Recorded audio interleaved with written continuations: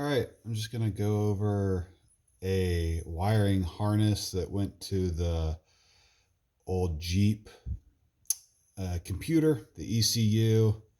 I guess it actually did alternator control and stuff like that, but I'm replacing it with an aftermarket ECU. And I just cut all the wires off. But I thought it might be interesting to show you how this thing comes apart and how different connectors have different ways of depinning. Obviously my method here was destructive, but I thought it might be useful for someone, even if they wanted to do it in a destructive way. So I had to cut out the little side here, but it allowed me to pull this red piece out. Just pulls right out of there.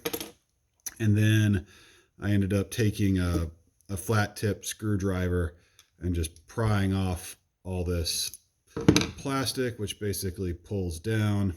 You could pull it down.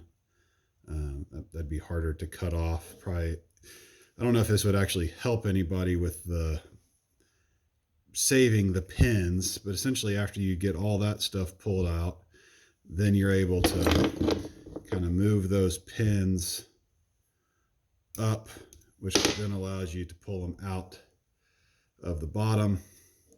And that's what each pin looks like.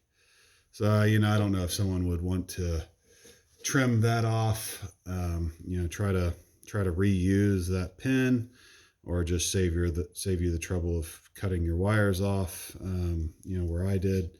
But hopefully that helps somebody.